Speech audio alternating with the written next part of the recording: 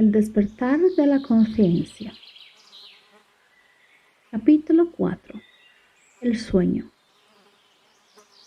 El primer paso que tiene que dar una persona para poder despertar es aceptar que está dormido.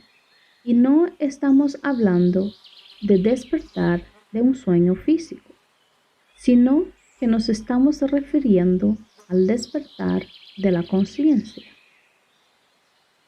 A la gente le es muy difícil aceptar la idea de que está dormida, debido a que todas las mañanas se despierta en su cama del descanso nocturno, o sea, del sueño físico, y comienza a realizar una serie de tareas aparentemente coherentes en un estado que considera despierto.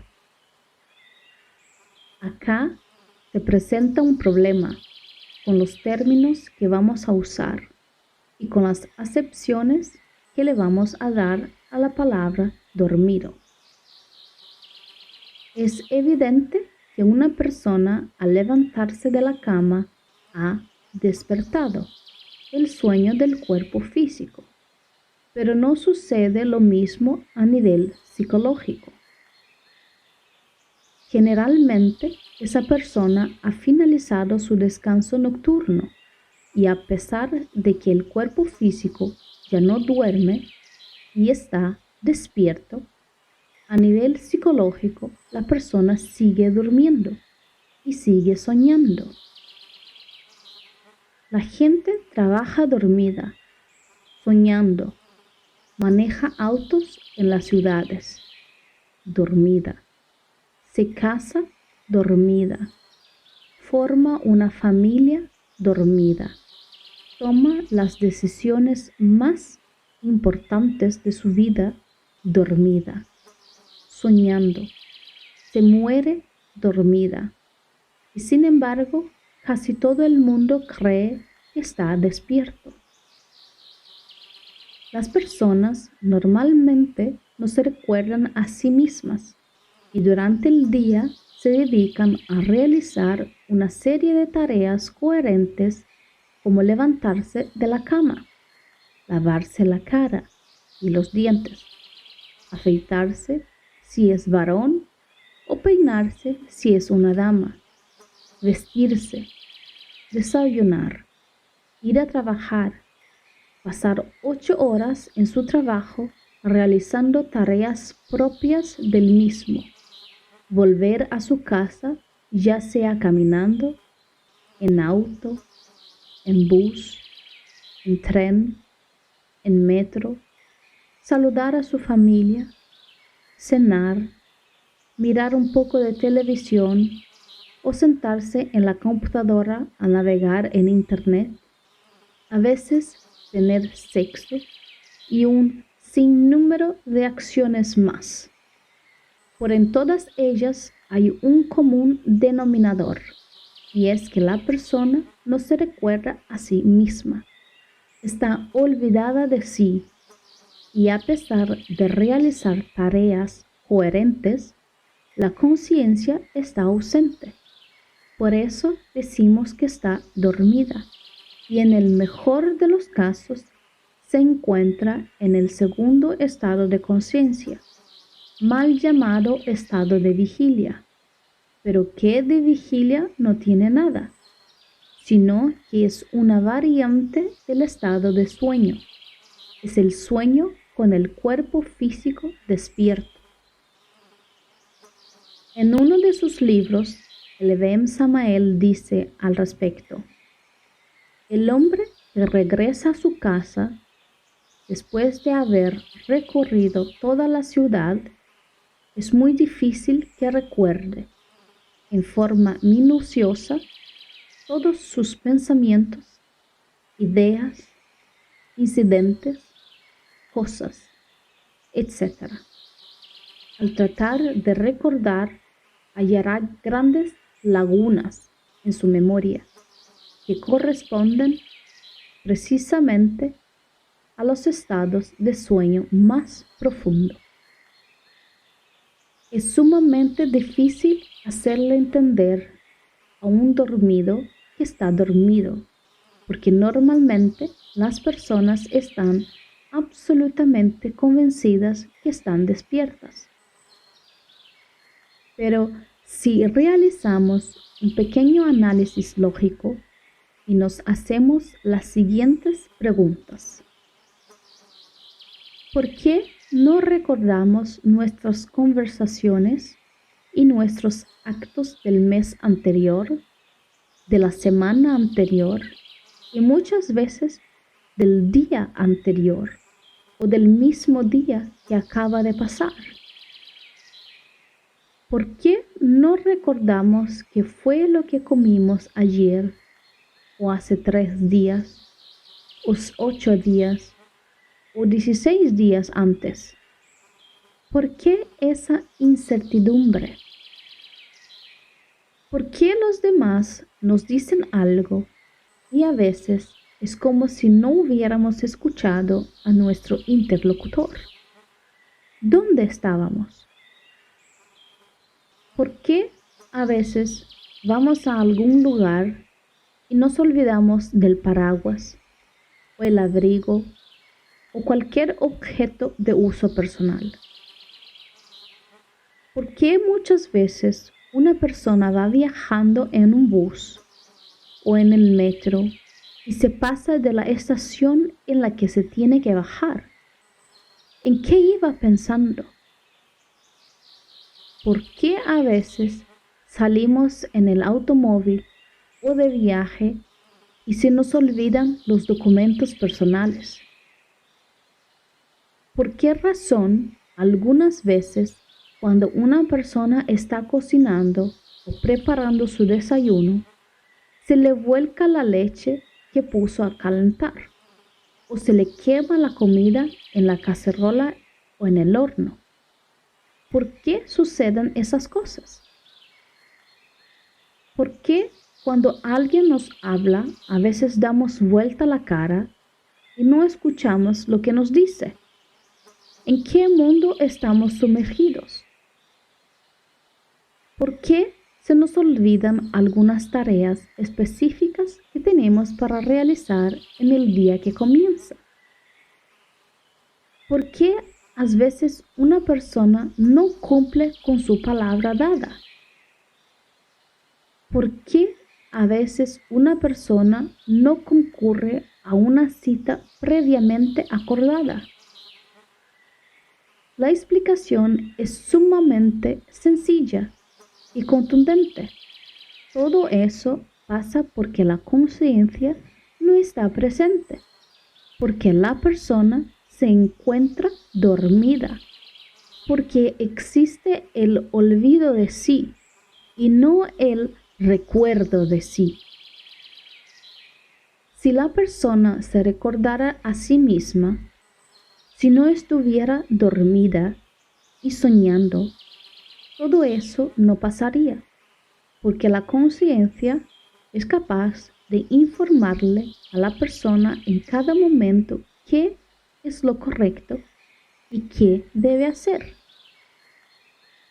Quisiera transcribir en esta parte de este capítulo unas enseñanzas al respecto del sueño de la conciencia que se encuentran en el libro Fragmentos de una enseñanza desconocida del filósofo y maestro ruso Piotr Demyanovich Ouspensky, discípulo del maestro Gurdjieff.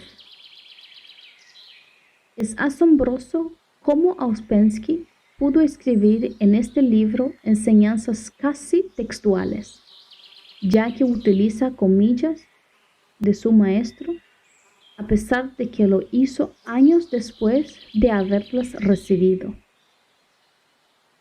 Dice Ouspensky, tratando de reconstituir las enseñanzas directas del maestro G. Para comprender qué diferencia hay entre los estados de conciencia, volvamos al primer estado, que es el sueño. Se trata de un estado de conciencia completamente subjetivo. El hombre está sumergido en sus sueños, los recuerde o no. Incluso aunque le lleguen algunas sensaciones tales como sonidos, voces, calor, frío, la sensación de su propio cuerpo, estas solo despertarán en él imágenes subjetivas y reales. Cuando el hombre se despierta, a primera vista, se trata de un estado de conciencia completamente distinto. Puede moverse, puede hablar con otras personas, puede hacer cálculos con antelación, puede ver el peligro y evitarlo, etc. Está dentro de lo razonable pensar que se encuentra en una situación mejor que cuando estaba dormido. Pero si profundizamos un poco más en las cosas, si echamos una mirada dentro de su mundo interior, dentro de sus pensamientos, dentro de las causas de sus actos, veremos que se encuentra casi en el mismo estado que cuando estaba dormido. Y es peor aún porque durante el sueño él está pasivo, o sea, no puede hacer nada. En estado de vigilia, sin embargo, todo el tiempo podrá estar haciendo algo y los resultados de todos sus actos repercutirán sobre él y sobre todos los que lo rodean. Y sin embargo, no se recuerda a sí mismo. Es una máquina. Todo le sucede. No puede detener el flujo de sus pensamientos. No puede controlar su imaginación, sus emociones, su atención. Vive en un mundo subjetivo de quiero, no quiero, me gusta, no me gusta, tengo ganas, no tengo ganas. Esto es un mundo hecho de lo que él cree que le gusta o no le gusta, de lo que él cree que desea o no desea. No ve el mundo real. El mundo real le está oculto para él, por el muro de su imaginación. Vive soñando. Está dormido. Y lo que él llama su conciencia lúcida no es sino sueño, y es un sueño mucho más peligroso que su sueño de la noche, en su cama. Tomemos algún acontecimiento en la vida de la humanidad. Por ejemplo, la guerra. Hay una guerra en este momento. ¿Qué significa?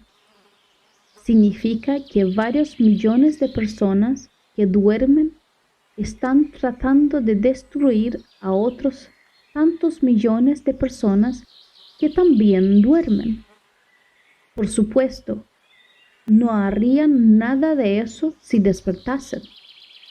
Todo lo que sucede actualmente se debe a ese sueño. Ambos estados de conciencia, el estado de sueño y el estado de vigilia, son igualmente subjetivos. Solo empezando a recordarse a sí mismo puede el hombre despertarse realmente. Y entonces todo lo que le rodea en la vida adquiere para él un aspecto diferente y un significado diferente. Ve que es la vida de personas que duermen, una vida de sueño. Todo lo que los hombres dicen, todo lo que hacen, lo dicen y lo hacen en el sueño. Todo eso no puede tener ningún valor. En realidad, solo el despertar y lo que conduce a ese despertar puede tener algún valor. Mientras el hombre duerma profundamente y siga totalmente inmerso en el sueño, ni siquiera podrá pensar en el hecho de que está dormido. Si pensase que está dormido, despertará. Así pues, todo sigue igual. Los hombres no tienen la más mínima idea de lo que están perdiendo a causa del sueño.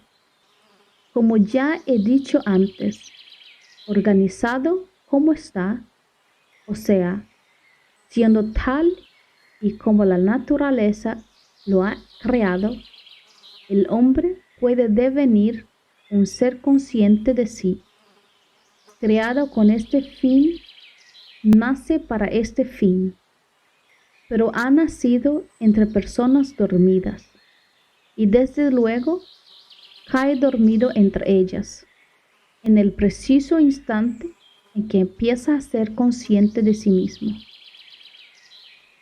Todo ello se debe a lo siguiente: la imitación involuntaria de las personas mayores por parte del niño, y a eso que llamamos educación. Todo intento de despertar por parte del mismo se detiene inmediatamente.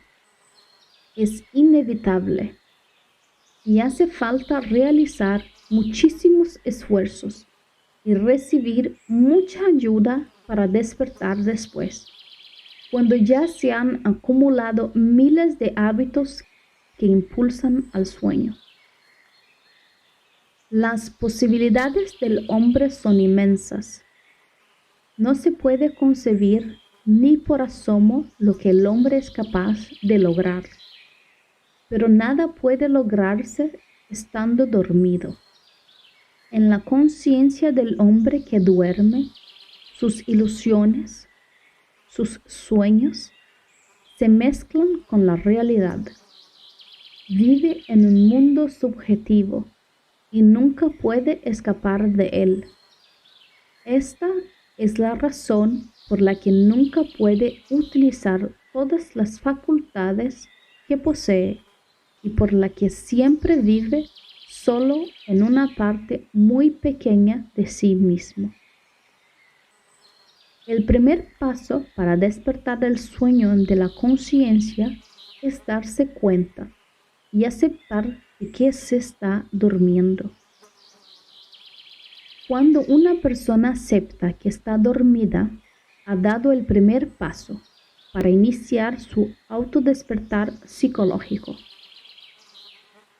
Recordarse de momento en momento es de hecho un trabajo difícil. Basta un instante de olvido para comenzar a soñar.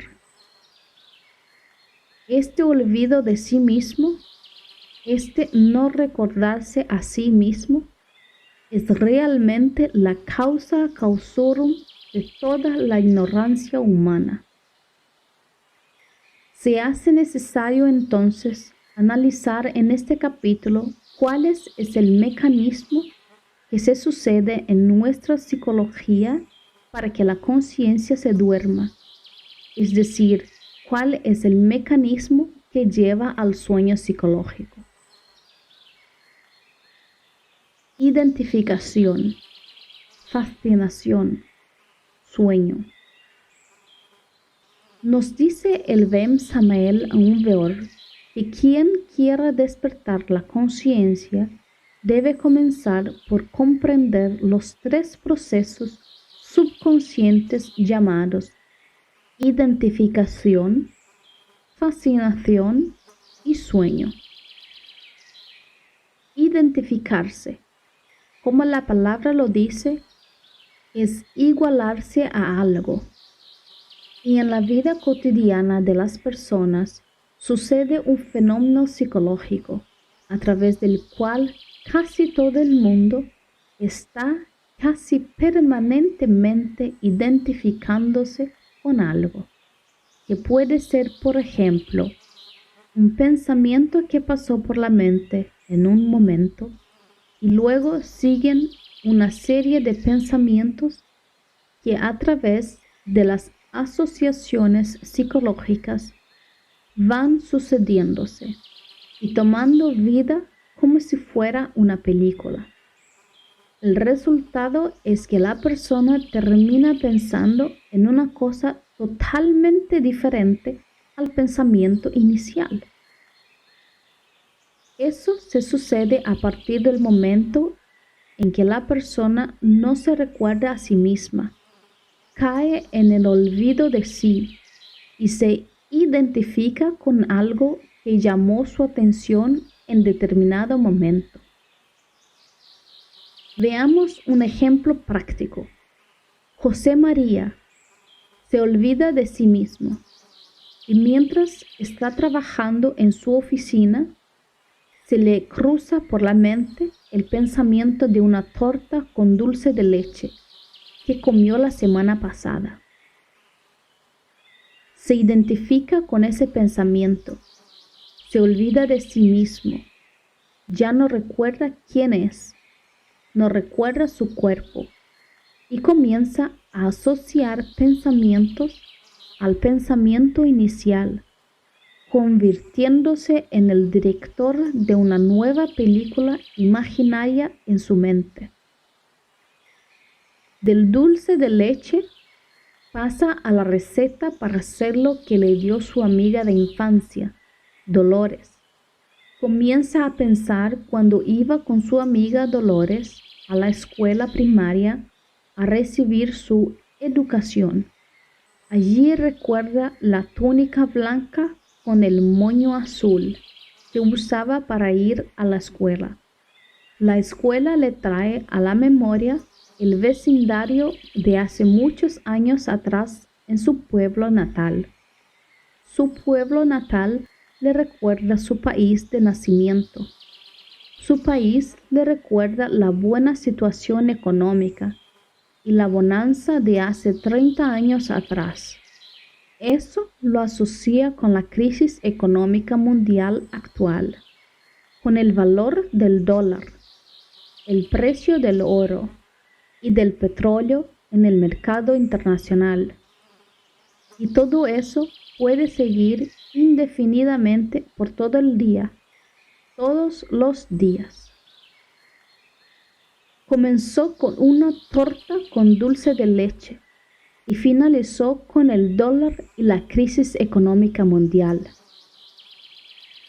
Eso es la identificación, que en este ejemplo fue con pensamientos en la mente, pero a veces es con un sentimiento o con un problema y la persona pasa minutos, quizás horas, a veces días enteros, identificada con una emoción o con un problema que aparentemente no puede resolver. Evidentemente se ha olvidado de sí misma y se ha identificado con las diferentes impresiones que recibimos de la vida. Muchas veces la persona se identifica con su trabajo, con un rol que debe cumplir o le parece que debe cumplir.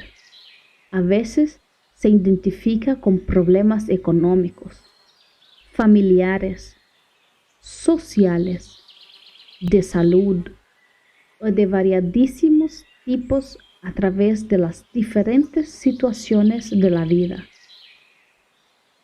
En estos tiempos modernos, en los que la tecnología ha hecho tremendos avances, es muy fácil caer en la trampa e identificarse con la televisión, con la computadora y quedar atrapado por horas enteras navegando en Internet, donde quizás fuimos a ver algo en concreto, pero que al igual que en el ejemplo de la mente y sus secuencias de pensamientos, la persona se va enganchando de una cosa en otra y cuando se da cuenta ha pasado varias horas mirando cosas que en esencia no tienen ninguna importancia, olvidando de sí misma, durmiendo a lo lindo. Cuando la identificación se hace más profunda y cuando ya la persona se olvida totalmente de sí misma, se pasa a una fase más intensa del mecanismo y se caen en lo que los maestros llaman la fascinación. Para la persona que está fascinada con algo, ya no existen las demás cosas. Solo existe eso que está mirando, o eso que está pensando, o eso que está sintiendo, o ese problema que lo está preocupando. Y en una etapa aún más profunda, después de la identificación y la fascinación, la persona, totalmente olvidada de sí misma, cae en el sueño de la conciencia. Se duerme con los ojos abiertos y con el cuerpo físico en actividad.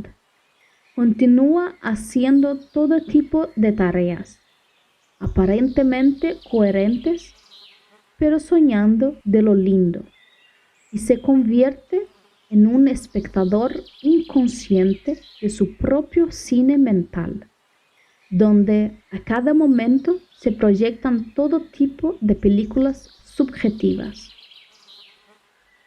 Ni siquiera se da cuenta de esa actividad mental, de ese sueño profundo de la conciencia. Las personas no son conscientes de su propia dormidera. Por eso dijimos y volvemos a repetir que la persona que se da cuenta de que pasa la mayor parte del día dormida y que le cuesta mucho mantener siquiera por algunos instantes el recuerdo de sí, ha dado el primer paso para producir su autodespertar. Un ejemplo más de cómo actúan la identificación, la fascinación y el sueño. Raimundo Samsung sale de su casa bien temprano para ir a su trabajo. Como le queda cerca de su casa, va caminando. En el camino pasa por enfrente de una tienda en la que venden electrodomésticos y un sector de la vidriera en donde se exponen teléfonos celulares de última generación le llama la atención. Se detiene, se olvida de sí mismo y de que se estaba dirigiendo a su trabajo. Comienza a mirar con más detenimiento los teléfonos y se identifica con ellos. Poco a poco, las cosas que lo rodean van desapareciendo de su conciencia. La identificación con los teléfonos se hace más profunda y hay uno que le interesa más que los otros. Se concentra en él. ¿Cómo le gustaría mucho tenerlo? Se fascina con ese nuevo teléfono y ya identificado con ese nuevo escenario en el cual no existe para él nada más que eso, fascinado con su nuevo teléfono, comienza a soñar, completamente dormido, pero con los ojos abiertos y con el cuerpo físico afuera de la cama, en una calle de la ciudad donde vive, cercana a su trabajo. Comienza a ver una película donde entra a la tienda, aunque sea muy temprano y esté cerrada, habla con el empleado que vende los teléfonos, aunque aún no haya llegado, le hace algunas preguntas técnicas del teléfono mientras piensa si lo va a pagar con dinero en efectivo o con tarjeta de crédito. Habla con la cajera que aún no llegó, paga el teléfono, lo recibe en una caja que nunca va a agarrar con sus manos físicas, se va para su casa, lo abre, lo mira, lo configura colocando el idioma, la hora, la fecha. Se ve pasando todos sus contactos del chip del teléfono viejo al teléfono nuevo. Se ve sacando fotografías con la cámara de 8 megapíxeles de su nuevo teléfono y grabando algunos videos que luego pasa a su computadora. Se ve hablando con sus amigos y con su novia Consuelo Internet y se siente muy afortunado de tener un nuevo teléfono.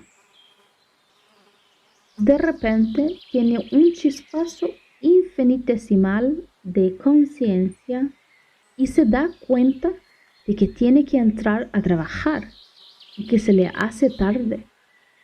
Por unos instantes vuelve a la realidad. Se retira de la vidriera y de la tienda de electrodomésticos y continúa caminando rápidamente hacia su trabajo. Por algunos momentos vuelve a tomar contacto con el mundo real, pero a los pocos pasos otro pensamiento cualquiera pasa por su mente. Se vuelve a olvidar de sí mismo. Se identifica con ese nuevo pensamiento. Se fascina y mientras sigue caminando hacia su trabajo, sigue soñando, pensando y creyendo que está despierto por la sencilla razón que su cuerpo físico está caminando por la calle. Esa situación se repite durante todo el día, todos los días, en casi toda la humanidad, que muere pensando que vivió siempre despierta y que no se da cuenta que ha pasado toda su vida soñando. Es tan fuerte el estado hipnótico al que está sometida la humanidad que no es nada fácil luchar contra esas fuerzas, incluso para aquellas personas que ya se han dado cuenta del problema y que están intentando despertar y dejar de dormir. Hay una anécdota real de un estudiante gnóstico que un día concurrió a su centro gnóstico para realizar una práctica de meditación con su grupo, dirigida por un instructor. Se dispuso a comenzar la práctica, pero estaba muy preocupado porque su automóvil tenía un problema en la caja de cambios, en la caja de velocidades, como se le dice en algunos países. Al comenzar la práctica de meditación, después de haber cerrado los ojos, hacer un relax y comenzar la introspección, le asaltó en la mente el pensamiento muy fuerte del problema que tenía con el automóvil. El estudiante se identificó con ese pensamiento, se olvidó de sí mismo, se olvidó y se desconectó de la práctica de meditación y del instructor que la dirigía y comenzó a proyectar una película imaginaria en su mente. Se dirigió hacia donde estaba el automóvil, se tiró al piso por debajo del motor y donde estaba la caja de cambios. Comenzó a desmontarla de su posición sacando los tornillos. Una vez desmontada, se paró, la abrió aflojando muchísimos tornillos que la mantenían cerrada. Identificó el problema adentro de la caja de cambios.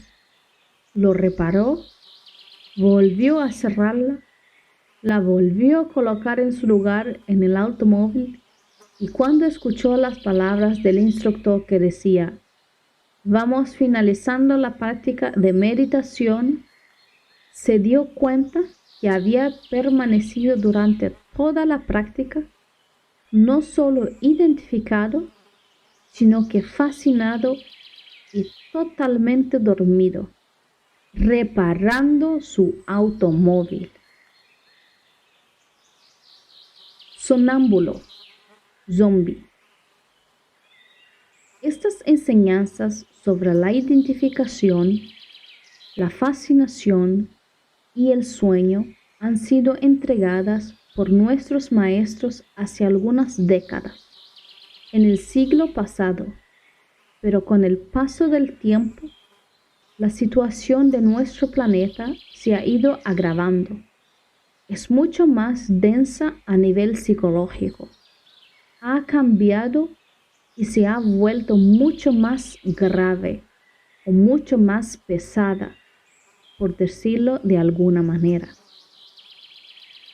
Me animo a afirmar sin temor a equivocarme que en los tiempos actuales, año 2016 de la era cristiana, podríamos hablar de los nuevos estados en el proceso del sueño, que son aún más profundos que el sueño psicológico, del que hemos hablado hasta ahora en este capítulo. Hay veces en que el estado de sueño avanza tanto y es tan profundo que la persona parece un sonámbulo, es decir, una persona que puede mover su cuerpo físico dormido y en ocasiones, cuando ya el sueño de la conciencia alcanza límites insospechados, la conciencia cae en un estado que podríamos llamar de zombie, término ficticio con el que se designa a un cadáver que por alguna razón vuelve a la vida. O sea, sería algo así como un muerto que camina. Para comprobar esto que estoy diciendo, basta con observar con un poco de atención el movimiento de la gente en las grandes ciudades, cómo cruzan la calle, o en las salas de espera de los aeropuertos, por ejemplo, donde todo el mundo está con la cabeza hacia abajo mirando sus teléfonos celulares. Allí vemos muchas personas que parecen sonámbulos y cuando el caso es muy grave parecen zombies. Para terminar este capítulo, volvemos a citar unas enseñanzas del maestro G sobre la identificación. Esto, a su vez, está en relación con una de las características fundamentales de la actitud del hombre hacia sí mismo y hacia lo que lo rodea, a saber, su constante identificación con todo lo que llama su atención, sus pensamientos o sus deseos y su imaginación. La identificación es un rasgo tan común que en la tarea de la observación de sí es difícil separarla del resto. El hombre está siempre en estado de identificación.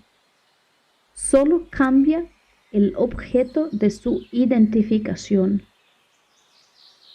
El hombre se identifica con un pequeño problema que encuentra en su camino y olvida completamente las grandes metas que se propuso al principio de su trabajo. Se identifica con un pensamiento y olvida todos los demás. Se identifica con una emoción, con un estado de ánimo y olvida otros sentimientos más profundos. Al trabajar sobre sí mismas, las personas se identifican hasta tal punto con las metas aisladas que pierden de vista el conjunto.